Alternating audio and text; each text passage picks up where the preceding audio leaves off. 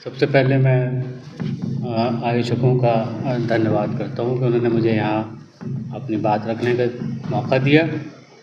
उर्दू कथा साहित्य में इस टाइम में प्रतिरोध की क्या स्थिति है, कुछ मुझे इसके बारे में बात करना है। और मैंने पहले सोचा कि भाई थोड़ा सा जैसे सब लोग बातें करते हैं, मैं भी चला जाता हूँ, कुछ बात कर लेता हूँ। लेकिन आम तौर पे जब कोई बात करनी होती है, दोस्तों से बात करो, सोचते हैं कोई बात नहीं, अगर वो बात गलत होगी तो सही कर देंगे, और अगर सही कहा तो गलत भी कर देंगे, चल जाता है काम।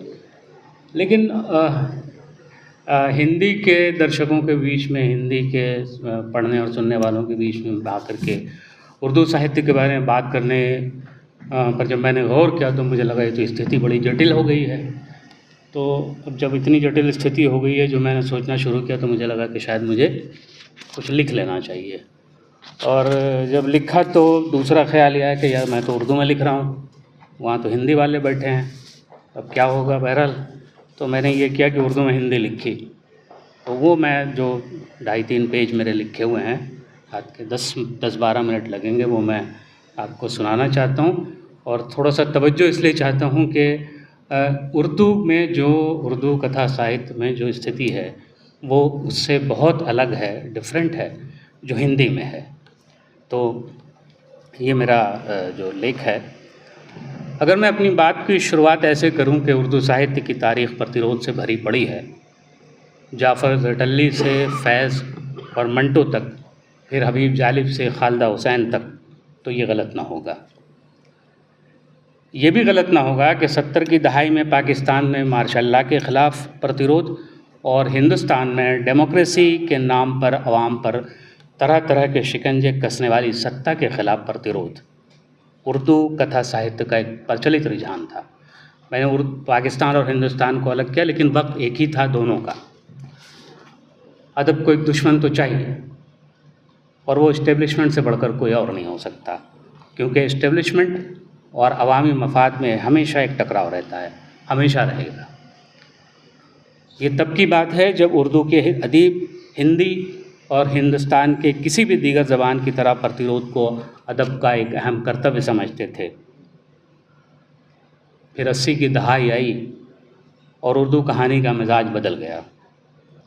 ये ज़माना पे दर पे हिंदू मुस्लिम फसादात का है, रॉइट्स आफ्टर रॉइट्स। वो सारी ऊर्जा जो सत्ता की जनता विरोधी नीतियों के विरोध में लगनी थी, वो दंगों में लूटने और मारे जाने वालों का नवा सुनाने में लग गई। 84 के सिख विरोधी दंगे भारत के इतिहास की एक बहुत भयानक घटनाक्रम है, लेकिन उर्दू के अदीब जो अधिकतर अल्पसंख्यक समुदाय से ताल्लुक़ रखते थे या हैं, इससे ज़्यादा मुतासिर नहीं हुए। वो बहुसंख्यक का क्रोध देख रहे थे और अपनी खैर मना रहे थे। फिर बाबरी मस्जिद का ताला खुलना और राम मंदिर के लिए रथ यात्रा का निकलना उर्दू के अदीबों को कुछ और पीछे की तरफ अपने इलाके तक सीमित रहने पर मजबूर करने लगा। बाबरी मस्जिद का इन्हदाम उनको और पीछे की तरफ धकेलता गया। अब मंडल से उन्हें मतलब नहीं रहा, सिर्फ कमंडल से रह गया। यहाँ आप उर्दू साहित्य की डेमोग्राफी को ध्यान में रखें, उसकी सोशोलॉजी को ध्यान में रखें। अभी तक उर्दू कथा साहित्य पर सुरेंद्र प्रकाश, बलराज मेहरा, रामलाल और बेशुमार रामलाल बराबरी से छाए हुए थे। 90-95 आते आते वो इस परिदृश्य से बाहर हो गए। अब इस साहित्य का प्रतिनिधित्व मुख्य रूप से वही लोग कर रहे थे जो अल्पसंख्यक समुदाय से थे, और सत्ता के पक्षपात के कारण अल्पसंख्यक के अपने ही मसाइल इतने बड़े हो गए थे कि उनके सामने देश की अन्य समस्याएं धूमिल हो रही थीं। फिर भी उर्दू साहित्य में सत्ता का विरोध और प्रतिरोध एक विशेष आयाम बना रहा। ख़ास तौर से बिहार और मुंबई के अग्रिम पंक्ति के कथाकारों के यहाँ इसकी लय बहुत तेज़ रही, और फिर उनसे प्रभावित दूसरी और तीसरी पंक्ति के बहुत सारे लेखकों के यहाँ ये एक रुझान के तौर पर मौजूद रहा। यहाँ तक के 2002 आ गया, गुजरात हो गया, पूरा उर्दू साहित्य डर गया। मुशर्रफ आलम ज़ौक़ी ने 15 साल पहले एक मज़मून लिखा था, उसका उन्वान था उर्दू कहानी का डरा हुआ चेहरा। शमूल अहमद ने उर्दू कहानी पर लिखे एक मज़मून में एक जगह लिखा कि धरती पर सबसे भद्दी चीज़ है खौफ से कांपता आदमी, और यह मंज़र नई कहानियों में बार बार दोहराया गया है। 2004 के बाद 8-9 बरस कुछ शांत गुजरे। उर्दू का अदीब भारतीय साहित्य की अपनी कुछ विशेषताओं और विशिष्टताओं समेत मुख्य धारा से करीब हो गया। अन्ना हज़ारे का करप्शन विरोध उसके लिए भी सत्ता का विरोध भर ही था। जल्द ही उसके पीछे से 2014 का वो क्रोधित शेर सामने आने लगा जो अब संसद के शीर्ष पर बैठा है। इसके बाद से हिंदी और उर्दू साहित्य में विरोध और प्रतिरोध के माने बदल गए हैं। जहाँ तक मैं जानता हूँ, प्रतिरोध हिंदी साहित्य की मुख्य धारा रही है। उर्दू साहित्य की पहले भी एक धारा ज़रूर रही है, मगर मुख्य नहीं थी। आज ये अमृत महोत्सव हो रहा है। अमृत महोत्सव के मौके पे हम ये बात कर रहे हैं कि आज जिस विशेष संदर्भ में हम यहाँ पर प्रतिरोध की भाषा पर बात कर रहे हैं, ये निश्चय ही 2014 से पहले की भाषा से अलग है।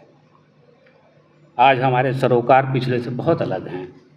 किसने सोचा था कि एक दिन आपसे विरोध की भाषा बोलने का अधिकार अघोषित रूप से लगातार छीना जाएगा। और ये उससे अलग है जो इमरजेंसी में हुआ था। वो एक झटके में हुआ था और एक ही झटके में जनता ने उसे पटक कर दोबारा उसके सीने पर चढ़ गई थी। मौजूदा परिस्थिति ऐसी नहीं है और ये किसी भी सचेत सजग नागरिक की चिंता का विषय है। प्रतिरोध आज अनेक भारतीय साहित्य का विषय है, उर्दू क्या और हिंदी क्या। मगर उर्दू और हिंदी साहित्य के प्रतिरोध में अब एक स्पष्ट भेद है। हिंदी साहित्य का प्रतिरोध एक नागरिक का प्रतिरोध है। उर्दू साहित्य का प्रतिरोध एक विक्टिम का, पीड़ित का प्रतिरोध है। इसलिए वो सीमित है, सिमटा हुआ है, सेल्फ सेंटर्ड है और बहुत कमज़ोर है। कमज़ोर दांत भी दिखाता है तो दुम दबा के और निकल भागने का रास्ता तलाशते हुए। उर्दू साहित्य की सोशियोलॉजी को एक बार फिर नज़र में रखिए।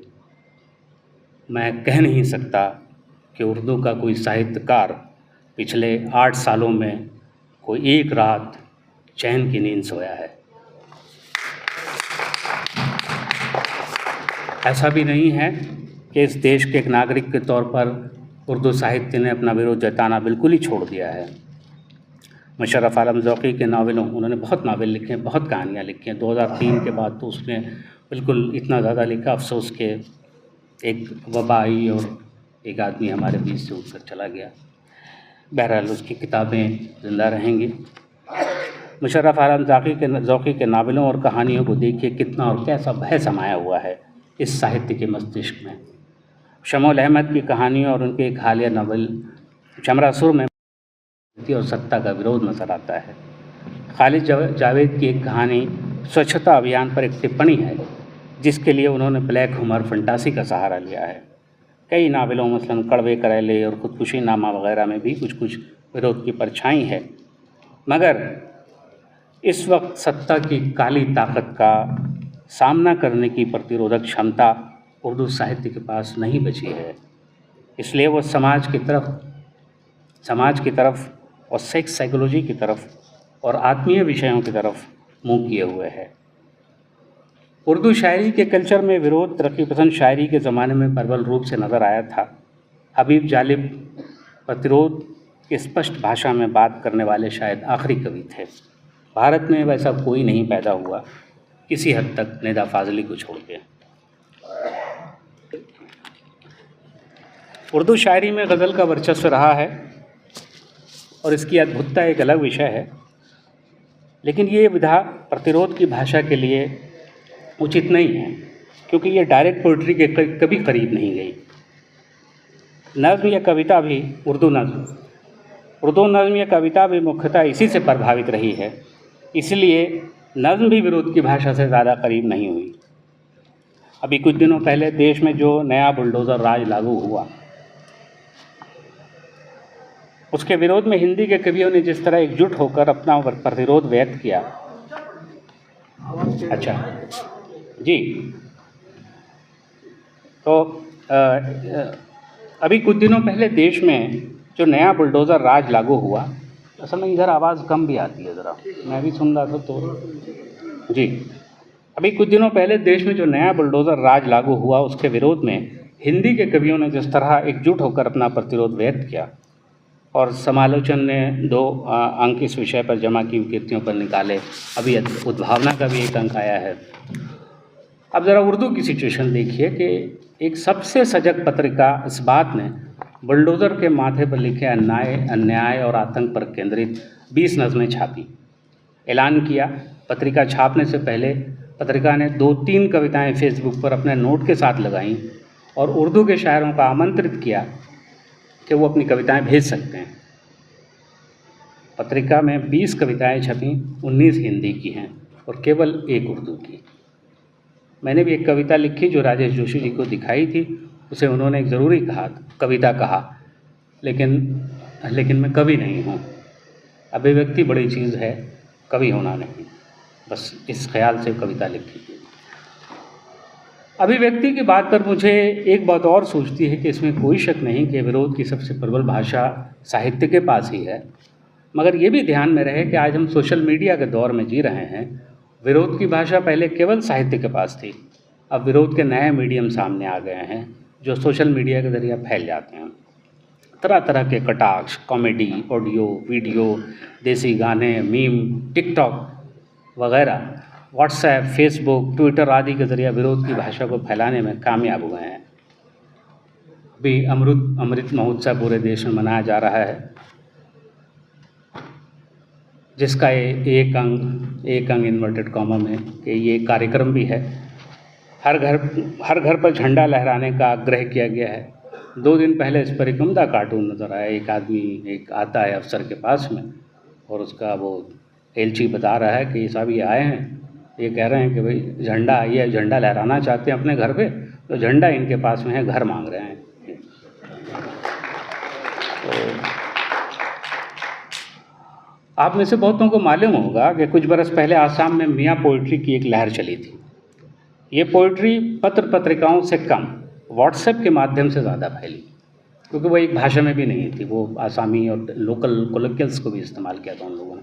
तो और इतनी माध्यम से फैली और इतनी कि 2.5-3 साल पहले हेमंत बिस्वा शर्मा, जो आज आसाम के मुख्यमंत्री हैं और तब शिक्षा मंत्री थे, उन्होंने कहा था कि आसाम की इंटीग्रिटी को मदरसों और मियाँ पोइट्री से खतरा है।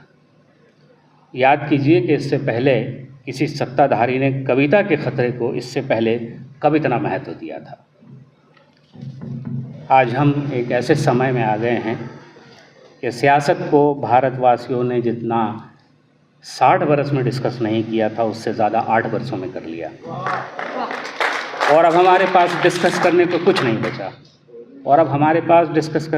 नहीं बचा। आर्ट, कल्चर, मौसीकी, फ़लसफ़ा, आत्मा, परमात्मा सब इस सियासत के सामने बेमानी लगने लगे हैं। सारा जोर सिर्फ अपने आप को बचा ले जाने को है। सारी तवज्जो इस बात पे रह गई है कि हमारे बच्चे, हमारी नस्लें भक्त न बन जाएं, उस भीड़ का हिस्सा न बन जाएं जो किसी को भी घेर कर निर्जनता से मार देने के लिए हर जगह मौजूद हो।